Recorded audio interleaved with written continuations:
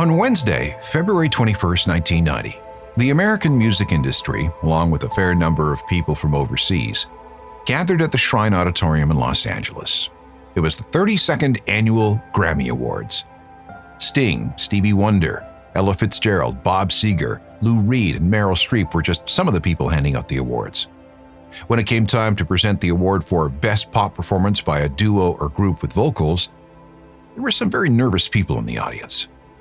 This category was a very international affair. American Tone Loc had become the first rap artist to be nominated in the category. Indigo Girls, the folky American duo, were hoping to cap off a good year with a Grammy win. So was Swedish singer Nina Cherry. And people in the UK were pulling for Soul to Soul, the dance collective led by Jazzy B. Also fidgeting in the audience were two breakdancers from Germany, Fab Morvan and Rob Pilatus.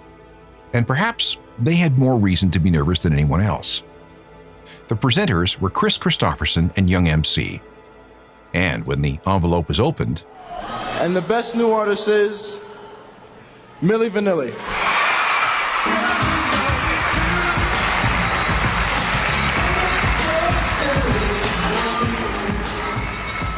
Many watching that night thought that this was well-deserved.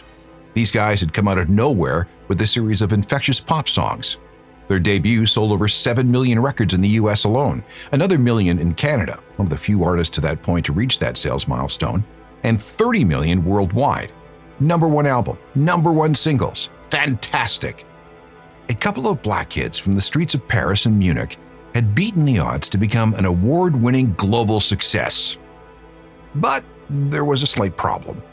Neither Rob nor Fab sang on those records. The whole thing was a fraud. And when the truth finally came out, the backlash was an extinction-level asteroid strike. How could something like this happen? I'm Alan Cross, and this is episode 57 of Uncharted: Crime and Mayhem in the Music Industry. And here is the real story of the fraud, the hoax, the weird, and ultimately tragic tale of one of the biggest deceptions the music world has ever seen.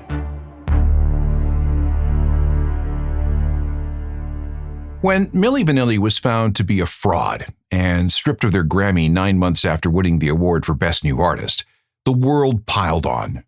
No one wants to be deceived and duped. Yet Milli Vanilli had done just that. Music fans in the industry turned against them. How dare they fool us into loving their songs and making them rich and famous? Their career was over. They became a punchline, a disgrace. And there would be an even more tragic end to the story, but we'll get to that in due time. But here's the thing. None of this was Rob and Fab's fault. This wasn't two guys in their early 20s perpetuating this all on their own. Dozens, hundreds of people were in on the scam, all the way to the very top of their record company. They all knew, yet they kept up the hoax. And when everything inevitably fell apart, they scattered like rats on a sinking ship, leaving Milli Vanilli to deal with the shame, the ridicule, and the fallout. They were the scapegoats and had to endure headlines calling them scumbuckets and worse. And the crazy thing is that this was the second time the public had been fooled this way by the same core group of people. And the key person who orchestrated everything never really had to account for what happened. Have you ever heard of Frank Farian? No? Well, the weird story of Milli Vanilli starts and ends with him. Although we have to go back to a time before Milli Vanilli and this group.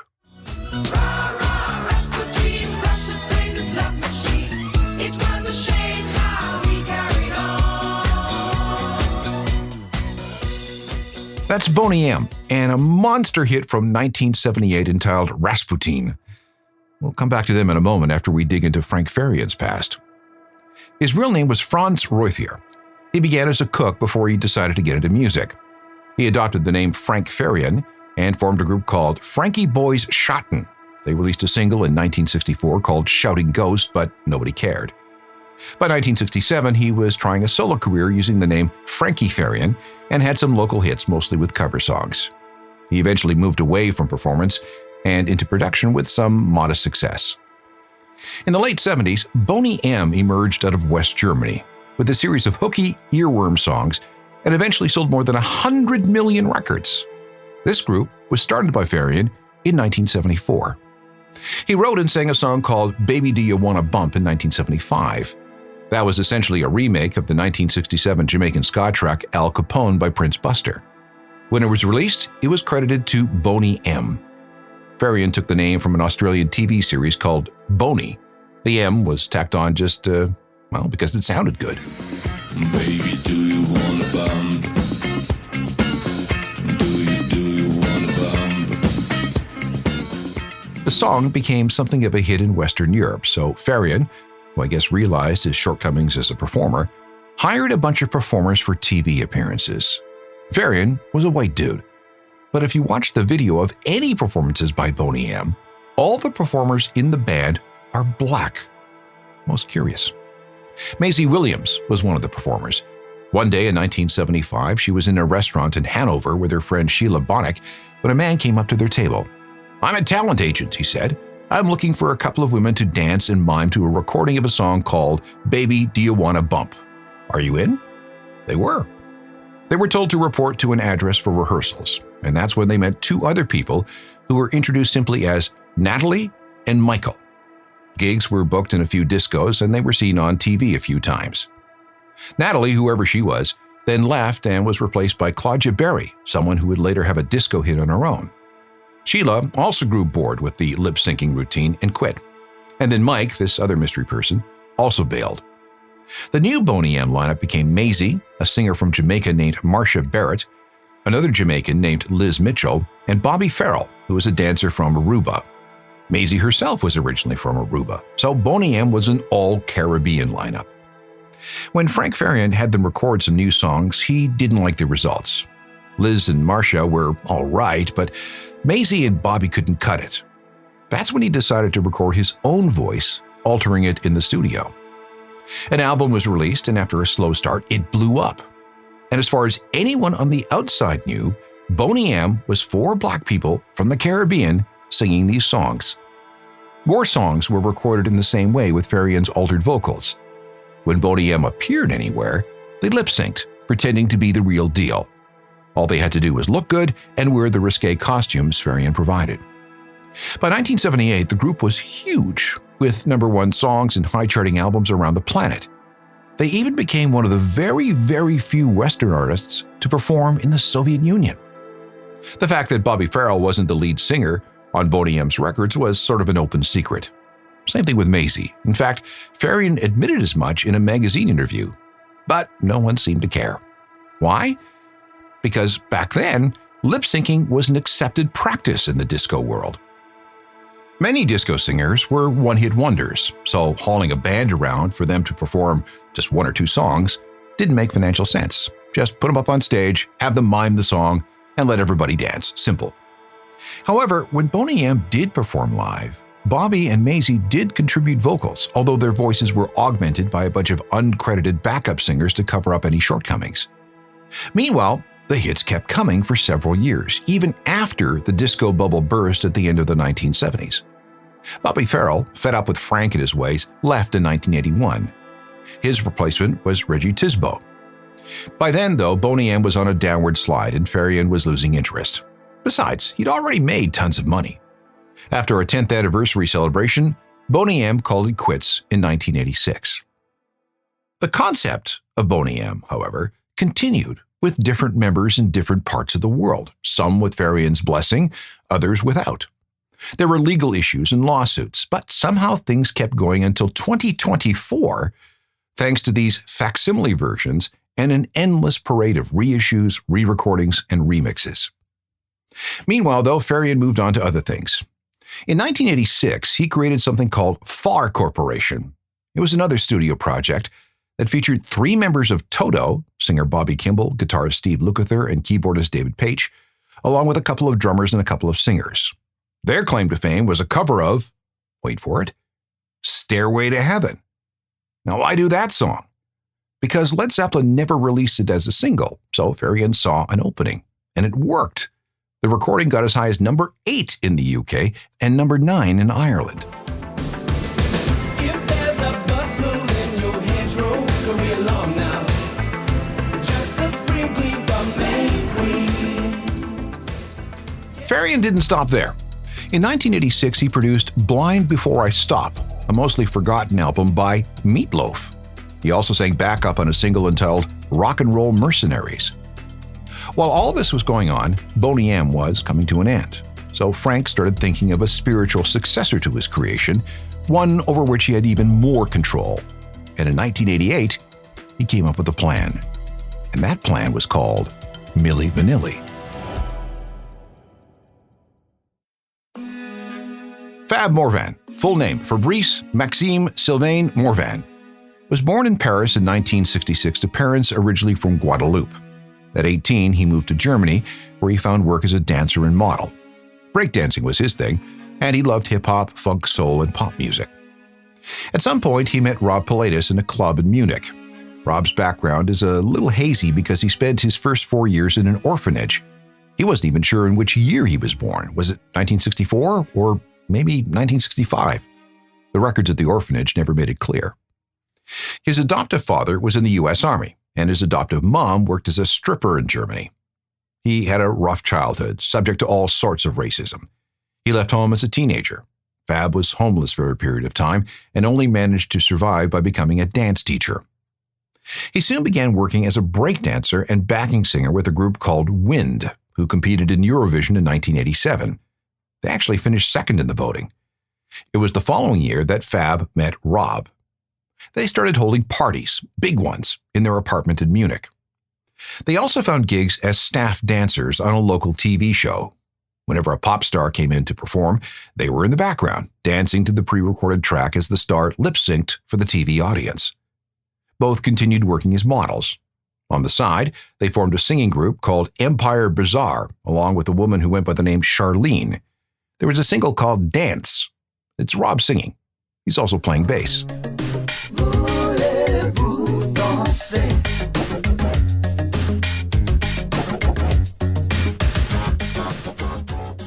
It was after this song came out, after selling a few thousand copies, that they were noticed by Frank Farian. Rob and Fab were invited to Frank's Far Studios in Frankfurt. After a very brief chat, he signed them up to be part of a new musical act. The date was January 1st, 1988. The deal they'd signed was to record 10 songs per year. It appears that neither Rob nor Fab got any legal advice about the contract they signed. Their advance was 1,500 Deutschmarks, somewhere around $825 US each. Frank also paid their debts, which amounted to about $5,000. Some demos were made, with Fab and Rob singing Girl You Know It's True, which is actually a cover by an American group called Newmarks. Girl, you know it's true. Ooh, ooh, ooh, I love you. After recording their parts, Rob and Fab took a quick trip to Turkey. It was there that they came up with the name Milli Vanilli, after allegedly learning that it was Turkish for positive energy. Spoiler, it's not, but never mind. The other story, and the one that makes more sense, is that Frank settled on the name. Millie was the name of his girlfriend, and Frank was a fan of the British band Scritti Politti, so Milli Vanilli. When Rob and Fab got back from Turkey, they were surprised when Frank told them that they wouldn't actually be singing on their records. Farian thought that their voices were weak and unimpressive. Plus, they had these accents that wouldn't work with a song designed for an international pop audience. But because they looked good and were good dancers, their role would be to just mime to the music. Fake it, said Frank. That's your job. This shocked and appalled Rob and Fab, and they refused. But here's the thing. They'd already been paid in advance, which they spent on clothes and hair extensions, and the only way to get out of the contract was to pay back the advance. But since they didn't have the money, what could they do?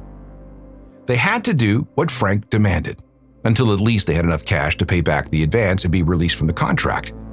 Meanwhile, all they had to do was look good, be the face of the band, dance to the songs, and lip sync. Up against the wall, Rob and Fab agreed. They would do one song, and that was it. Had they actually gone through their contract, they would have seen that they'd signed to do 10 songs a year, and no singing. It was all about being the face of this otherwise faceless studio project. Recording sessions were done at Far Studios under heavy security. No one was allowed in, even people from the record label. The first release was an album entitled All or Nothing, which came out in November 1988 everywhere but North America. Rob and Fab's only presence on the album was for the artwork. If you go through the liner notes, their names aren't anywhere. All the other musicians are listed, but not the singers? What? Strangely, very few people noticed this little detail. So who was the real Milli Vanilli? Well, Frank Farian was the overseer. The singers were studio performers. Their names were Charles Shaw, John Davis, Brad Howell, and twin sisters Jody and Linda Rocco. All black artists. They recorded all their parts even before Frank met Rob and Fab. And the point has been made that Frank Farian made millions upon millions of dollars by exploiting black artists and never giving them their due. They recorded their bits in March and April of 1988. This was the first single from All or Nothing, and it was released on June 27, 1988. Girl, you know it's true.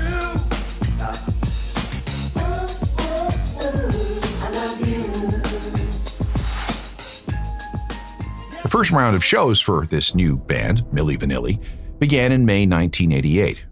Rob and Fab took their lip-syncing across Germany, then Spain, France, and Italy.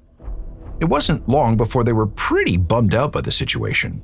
They constantly asked Frank, "When are we going to be allowed any kind of creative input?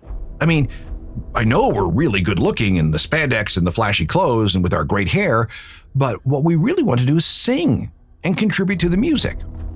Frank's standard response was, "What? Oh, yeah, sure, we'll get to that. Right now, though, boys, I need you to get out there and do promotion." To make things a little easier, both Rob and Fab received $20,000. All or Nothing did well enough to get licensed to Arista Records in the US. But before it could be released, that label ordered some work to be done on the record, stuff that would make it sound more appealing to American ears. It was with a second version entitled the US Remix album, All or Nothing, that Milli Vanilli exploded. The songs were tweaked. Then, the second round of Milli Vanilli promotion delivered the global results that Frank and Arista Records were looking for. It wasn't long before the rejigged Girl You Know It's True climbed the charts everywhere. #1 in Germany, Austria, and Spain. #2 in the US, the Netherlands, and Switzerland. #3 in Canada and the UK. Platinum and gold awards rained down. The album was released on June 26, 1989, almost a year to the day that All or Nothing came out. And this was the record that exploded. 10 million copies worldwide. MTV was all over Milli Vanilli. Pop radio embraced Milli Vanilli. There were multiple hit singles beyond Girl You Know It's True. Baby Don't Forget My Number, written by Frank Farian and Brad Howell, an American who is one of the real singers. It was a #1 hit in America. Girl, I'm Gonna Miss You, written by Farian and 2 others. Another #1 hit. Blame It on the Rain, a creation of American songwriter Diane Warren. A third #1. And All or Nothing, a song that would have its own problems thanks to a very angry Canadian, but we'll get back to that. The album spent 41 weeks in the Billboard Top 10. Girl You Know It's True was awarded Song of the Year at the first ever World Music Awards in Monaco. Milli Vanilli took home 3 trophies at the American Music Awards. And, as we all know, they were named Best New Artist at the Grammys. All this happened in the space of about 12 months. But here's the truth again. None of those songs and nothing on that album actually featured the singing of Fab Morvan and Rob Pilatus. Among the 23 musicians used for the sessions, none of them were named Fab or Rob. When they showed up in the studio, all they could do was sit and watch. Frank wouldn't let them near a microphone. How demoralizing must that have been? But at least this time their names appeared in the liner notes. But the longer they stayed quiet and subservient, the greater the lie became. Sure, everyone wanted the songs and the album to be successful, and to be honest, Rob and Fab became seduced by the fame and the lifestyle. But now that this product known as Milli Vanilli was a global juggernaut, now what? What's the future for this? The bigger they got, the more people had to know about what was actually going on. Along with Frank Farian and his staff, their backup band knew, their roadies knew, their management knew.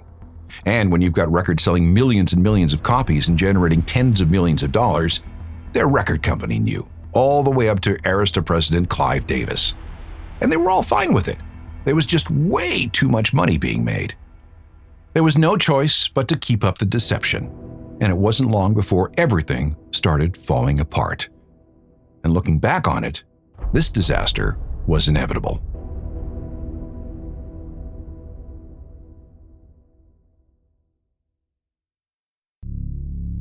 In the summer of 1989, Milli Vanilli was flying. Their songs were everywhere. The new version of the debut album was selling millions, and the demand for live appearances just kept growing and growing. For the Rob and Fab lip-syncing charade to be maintained, nothing could be allowed to go wrong, and I mean nothing. So, how did they sing in concert? Vocals were programmed into a keyboard by a company called Emulator, which stored the vocals digitally on a series of 5-inch floppy disks. All someone had to do was trigger the vocal samples in the keyboard when the band started playing. Then Rob and Fab would do their dancing and lip-syncing. Some people did notice that the in-concert vocals sounded awfully close to perfect, an exact duplication of what was heard on the album. And when Rob and Fab were interviewed, their accents, not to mention their imperfect command of English, seemed a little suspicious. But okay, whatever. Then came a performance for MTV at the Lake Compost Amusement Park in Connecticut on July 21st, 1989. Milli Vanilli was on a bill with Tone Loc, Paula Abdul, Was Not Was, and Information Society. 8,000 people were there, and, oops.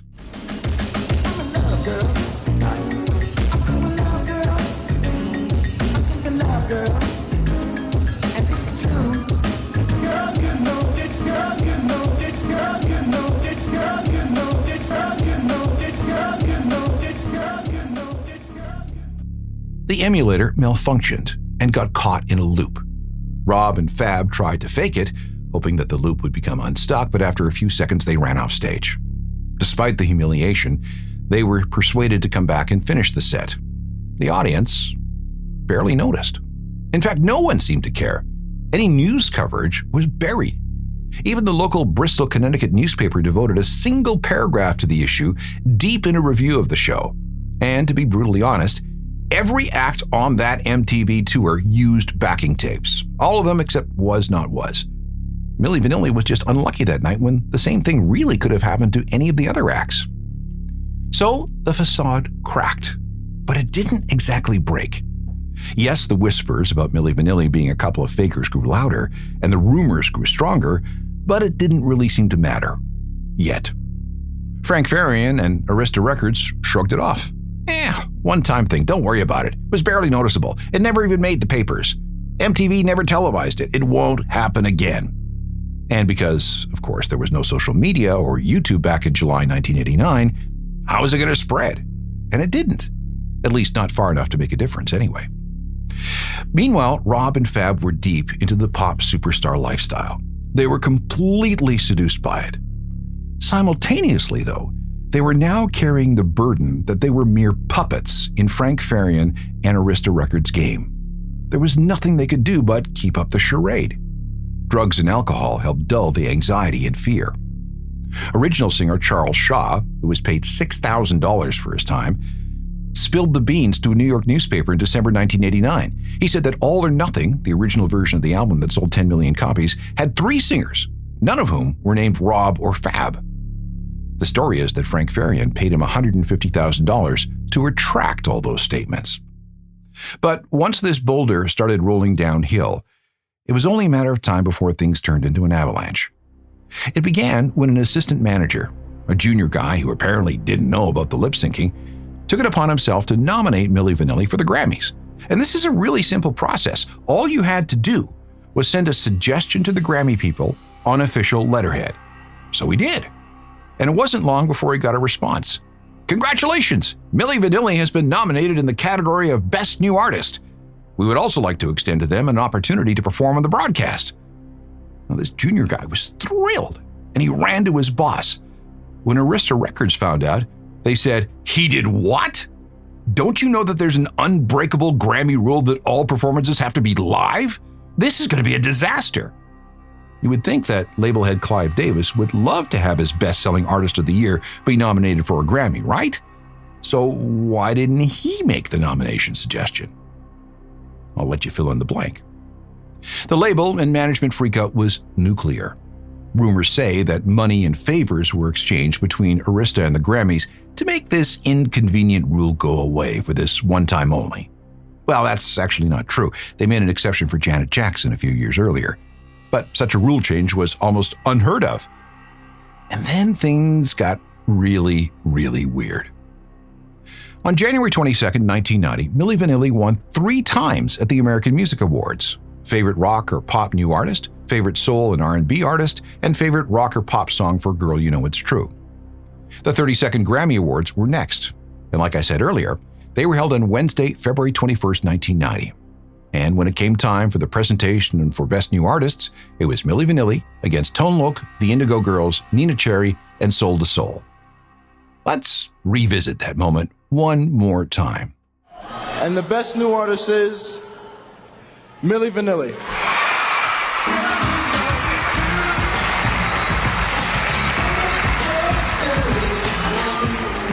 After winning what was the most prestigious New Artist Award in the world, there was no way to go but down, and the stories about lip-syncing began to spread like a virus.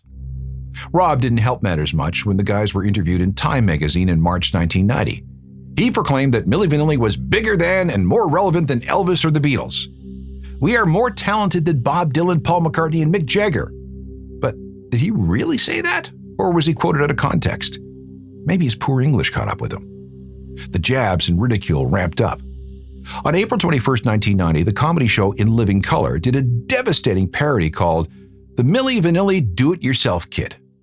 I want to be Vanilli. No, you can't be Vanilli. I am always Vanilli. No, but you can't be Vanilli 2 days straight. Why not?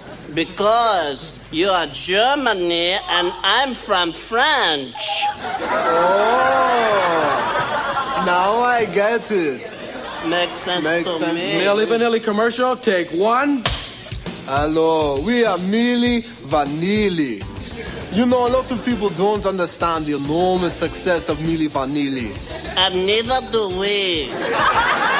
But we are here today to tell you that you too can be Milli Vanilli with lots of positive energy and our new do-it-yourself at home Milli Vanilli kit. That is right. In just 10 minutes, count them 5, 10. You didn't think I could do that, huh? 10 minutes, you two can look and sound just like Milli Vanilli. Tell them what they get, Vanilli. Well, for only $39.95, you'll get this. Milli Vanilli hair. Very easy to apply. Meanwhile, Rob and Fab started to get very bold. Not only did they want more money, but they demanded to sing on the next album. Frank Farian refused. He didn't think they could sing. And besides, the next album had already been recorded with more or less the same batch of studio performers. Rob and Fab tried to lawyer up, but the contract they signed with Frank was airtight. So they went another route. They started pushing back. They didn't show up for video shoots, and there were more demands for more money. This continued through the summer and fall of 1990. And finally, Farian decided to blow things up rather than give in. So, on November 15th, Frank Farian gave a press conference, and he brought some very special guests with him, the real singers behind Milli Vanilli. Farian not only threw Rob and Fab under the bus, but he backed up and ran over them again and again and again. He did not take responsibility for anything. To hear him tell the story, the entire hoax was perpetrated by these 2 young guys all on their own. They were the fraudsters, not him, not the record label. All the blame was hung on Rob and Fab. The story broke in the Los Angeles Times. The reaction was apocalyptic. The backlash was immediate and fierce. Deeply embarrassed, and let's face it, complicit, the Grammy people revoked Milli Vanilli's Best New Artist Award on November the 19th, 4 days after Farian's confession. The head of the Recording Academy, a guy who happily posed with Milli Vanilli the night they won, said this: "I hope this revocation will make the industry think long and hard before anyone ever tries to pull something like this again." This had never happened in the history of the Grammys, nor has it happened since. At least, not that we know of. Rob and Fab had to do something, so they countered with their own press conference 5 days later at Ocean Way Studios in Los Angeles. This was November 20th, 1990, and the press was out for blood. Brad Howell and Sean Davis are the real singers, and I think they should get this Grammy. We ended it. Rob and Fab ended Milli Vanilli, not Frank Farian. We told him, if we can't sing on our record, you have to go on the press and say that we don't sing, because we couldn't break out of our contract. Just the producer can stop the contract. The artist, for us, it would be difficult to stop a contract and try to release other albums with other producers, with other record companies. So we had to pressurize him that he stepped back, but we finished this game. How can you expect anyone, your fans, the media, anybody, to take you seriously? That's a good question. You guys are Milli Vanilli. No, we are not. Who owns? That's what I was going to ask. Who owns Milli Vanilli? And yes, they gave their Grammys back at the end of that press conference. They had already made the decision to return their awards a week earlier, suggesting that they be given to the real singers of the songs. But that never happened. Executives at Arista, including label boss Clive Davis, a man who makes everything his business and someone with the so-called golden ear, claimed to know nothing about this. They lip-synced? I'm shocked, I tell you, shocked! Radio stations stopped playing Milli Vanilli. MTV dropped the videos. Arista pulled records from stores. 24 class action lawsuits were filed, accusing Rob and Fab of fraud and racketeering. They were hung out to dry. Frank Farian, Clive Davis, and Arista Records just skated away unharmed, leaving Rob and Fab to take the full fury of the media and the public. The guys tried to pick up the pieces. They tried to own the situation by making fun of the whole scandal in a carefree, sugarless bubblegum commercial. The video shows them singing this classical duet. How long will the flavor of carefree, sugarless bubblegum last?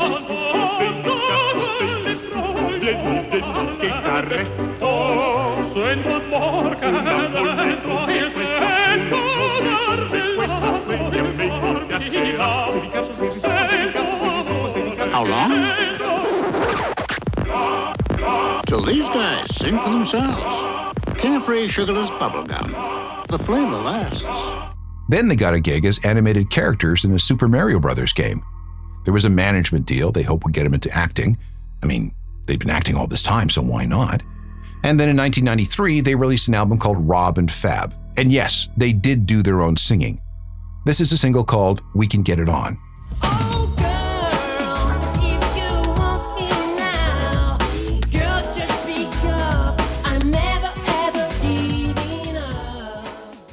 Now, in all honesty, this is not a bad record. Everyone believed that the curiosity factor alone would be good for 1 million copies. But because it was released on a tiny label with no distribution outside the United States, the country that hated Milli Vanilli the most, and with no money to release it elsewhere, the Rob and Fab album was a commercial disaster. At best, it sold 2,000 copies globally. The guys began to drift apart. The money ran out. Rob's life began to fall apart. He got deeper into depression, which he tried to alleviate with alcohol and drugs. At one point, he was living in a crack house in Hollywood. He was arrested several times for assaults, vandalism, and robberies, leading to 3 months in jail. He tried rehab 11 times in 7 years in both the US and Germany, but nothing stuck. Fab was in far better shape and did what he could to help his friend. They recorded another album in 1997, get this, with Frank Farian, entitled Back and in Attack. It was ready to go in April 1998. But then, just as they were about to leave on a promotional tour ahead of the album's release, Ingrid, Frank's girlfriend, found Rob in a hotel room near Frankfurt. He was dead. The cause was an accidental fatal mixture of drugs and alcohol. Frank Farian showed up at the funeral just in time to have his picture taken as the grieving record producer. The Back and in Attack album was permanently shelved. Farian continued to produce acts after Milli Vanilli, but none of those projects really hit. There was a 1991 project entitled The Real Milli Vanilli, featuring the real singers. They released an album entitled The Moment of Truth, which was supposed to have been the second Milli Vanilli album. It did okay in a few countries in Europe. And in 1992, everything was repackaged again under a group called Try and Be, but nothing happened with that. In 2006, Farian produced a musical called Daddy Cool, which ran in London's West End and was based on the music of Milli Vanilli and Boney M. It was successful enough to tour theaters across Europe. By 2010, Frank and his family were living in Miami. In 2022, he needed surgery for a heart valve that had worn out, and it was replaced with tissue from a pig. And although the surgery was successful, Frank was never the same. He soon needed a wheelchair and a steady supply of supplemental oxygen, and he died on January 23, 2024, at the age of 82. And what about Fab? Well, there is something of a happy ending here. Fab began performing solo in 1996. He got married to a woman named Kim Marlowe, who is said to have acted as his manager. They divorced in 2024, and I'm not entirely sure how this works, but he also has 4 children with his partner Tessa Vandersteen. They live in Amsterdam. What about Fab's music career? Well, he still performs live, including Milli Vanilli songs in his set. In 2003, he released a solo album entitled Love Revolution, on which he not only sang, but wrote, produced, and recorded everything all by himself. There have been a couple of other singles since. Fab appeared in a KFC commercial making good fun of his past. There was a fun trailer for Spirited featuring Ryan Reynolds and Will Ferrell making fun of lip syncing. He's worked on some documentary film projects, and there are a couple of excellent Milli Vanilli documentaries that have won awards. And this is the best way to end the story. Fab Morvan's memoir, You Know It's True, the real story of Milli Vanilli, was turned into an audiobook. Fab reads the book himself, and it was, get this, nominated for a Grammy Award in the category of Best Audiobook Narration and Storytelling Recording. Back in the early 90s, lip-syncing in concert was an unforgivable sin. Today, though, it's commonplace for all genres of music. For pop stars, how are they supposed to sing when they're dancing all the time? Backing tracks. How do old rockers hit the high notes they can no longer sing? They sing to tracks. And vocals on recordings are, of course, altered all the time with autotune and other tricks, making faithful live performances of songs impossible. So let's ask this question. What exactly did Rob Pilatus and Fab Morvan perpetuate? Was there any crime here? Isn't music supposed to be a fantasy? Were the songs good? Did people love what Milli Vanilli gave them? They did, until they learned the truth. But today, hundreds of famous musicians are doing exactly what Milli Vanilli did or close to it. And while there are still complaints and accusations of faking it, the music world is once again largely just shrugging its shoulders. If another Milli Vanilli were to appear today, would anybody care? Somehow, in the world of AI, I don't think so. By the way, should you ever find yourself at the Lake Compounce Amusement Park in Connecticut, look for a blue plaque.